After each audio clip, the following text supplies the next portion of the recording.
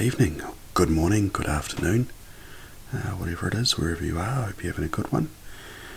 Tonight we are going to be tying a last chance cripple pattern. This is a fun little emerger, really handy pattern.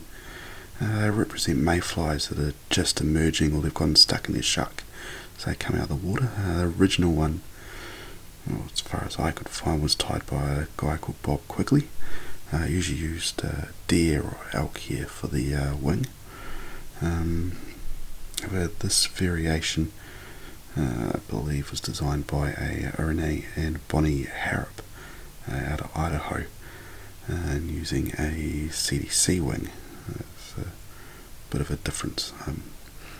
This one will be tying tonight. It's taking some inspiration from the Kakahi Queen, which is a New Zealand mayfly pattern, a little bit of yellow through the wing and a dark brown body, but we'll crack into it and see how we go, and hopefully you enjoy. Righty, for the hook, we're using a Hanak H130BL. It's a barbless dry fly hook. Tying that in a size 12 tonight, but you can definitely go much smaller with them than that.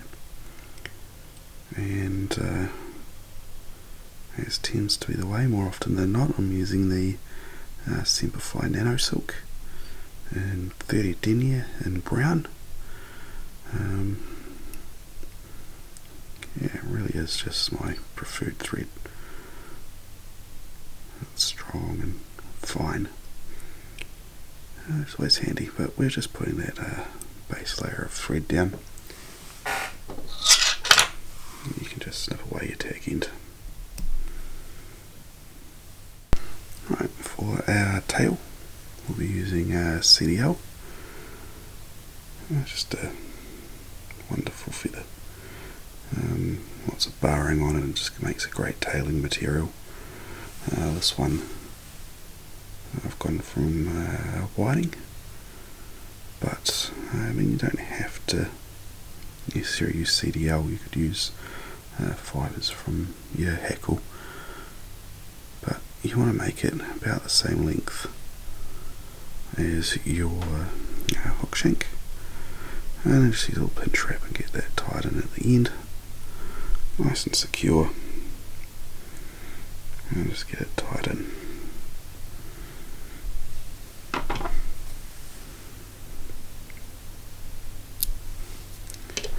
And then I just put another layer of thread just over top of it.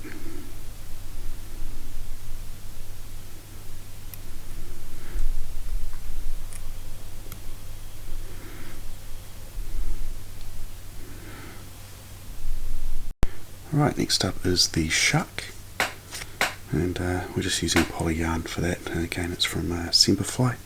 This time I am using cream.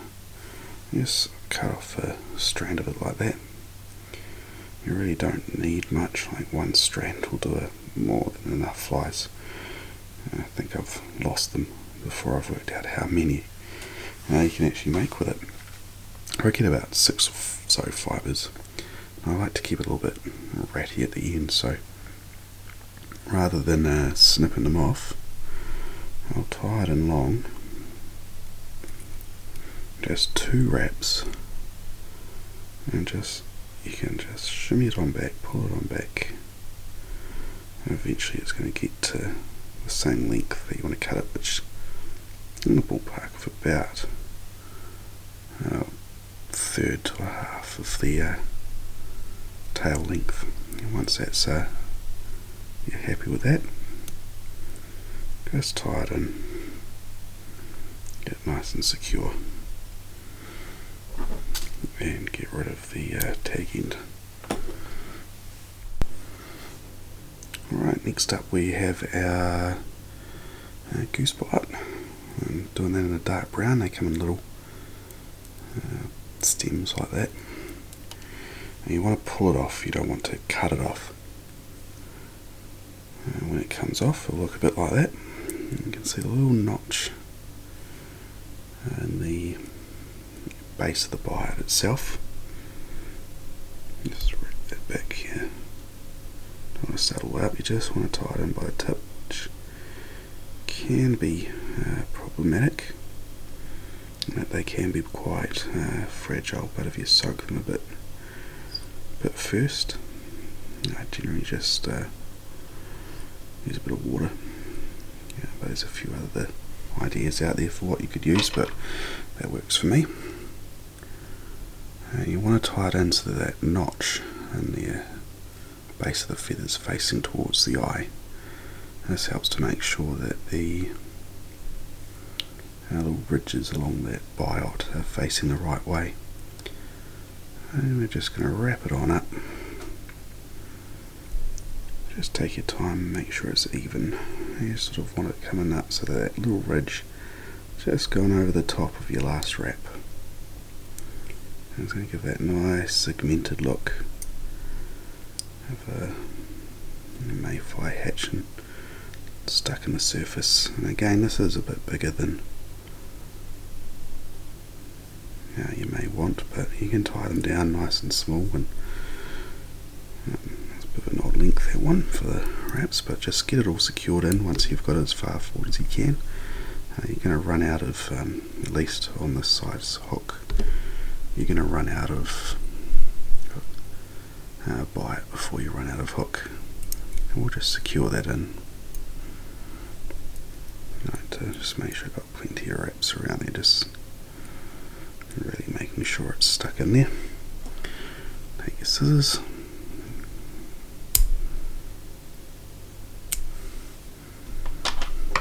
get rid of the tag end of it, and just get it nice and secure. You can also put a little bit of glue under there if you want before you wrapped it, and move on to a little bit of eye stubbing. Right, next up is the eye stubbing. I like a little hot spot really on just a little bit of something to catch its eye. You don't have to use eye stubbing, I like it, it's worked well for me. You just want to make a little ball of dubbing behind where the feathers are going to go in. Just lifts them up a little bit. But this eye stubbing, there's really long fibres. It's from Semperfli, so you actually only need about 3 or 4 of them to get enough to do the job. And just get that wrapped on there, and just build up a little ball. Okay, into the feathers. Alright, for the wing, now we're using CDC. Using 2 feathers, one in yellow, one in white. Again, this one, I've taken some inspiration from the Kakahi Queen.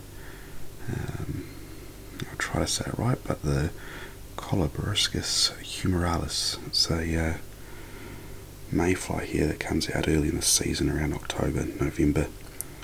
And it's got a dark brown body with a yellow at the base of its wing and a little bit through it as well.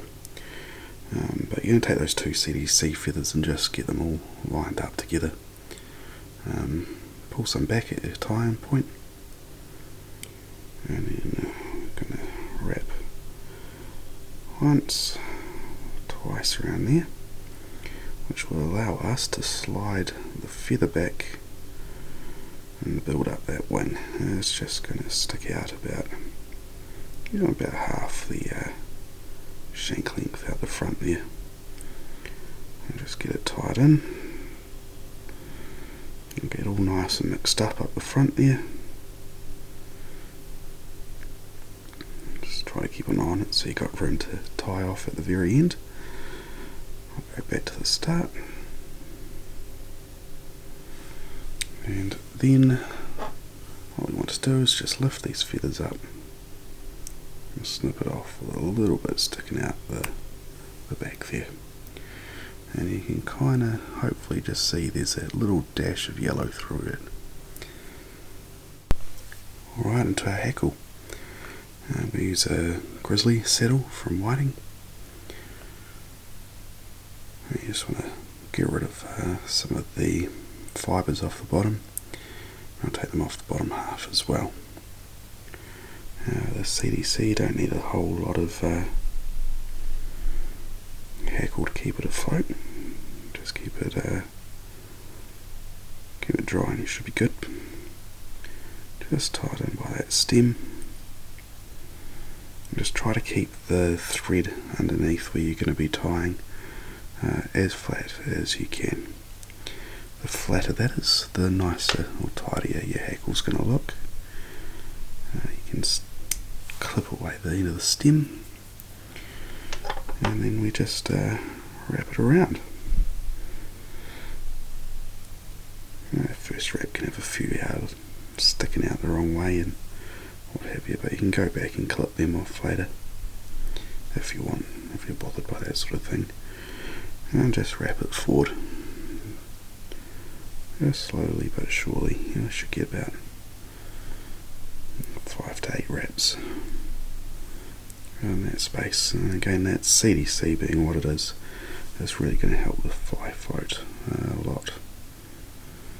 And just tie that in. Apologies if we go out of focus here, I'm just trying to fit my hand in between the camera and the fly. A few wraps.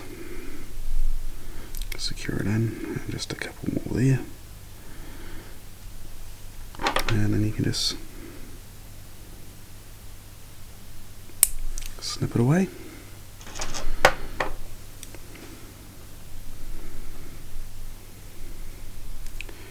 You've got two options. You can either tie it off in between there, or you can tie it up underneath.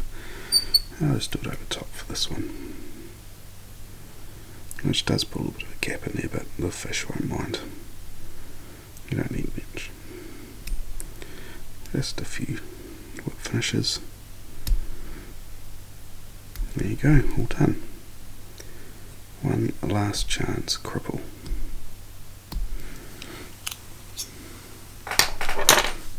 But alright, there you go. The last chance cripple. It's a wonderful little emerging mayfly pattern. Again, this one I've done in a sort of Kakahi Queen theme. I've got the CDL tail. I've got some poly yarn for the SHUCK, brown goose part, yellow and white CDC, and some grizzly hackle for a dry fly hackle. So there's a little fibre sticking out there that was annoying me, but they're a cool fly. Very handy, different profile to present to fish when they're feeding on mergers rather than the usual parachute pattern. But give it a nudge. I hope you like it. As always, if you're inclined to share on social media, tag me in it. I'd love to see how you go. But otherwise, happy tying, and I hope you enjoy. All the best.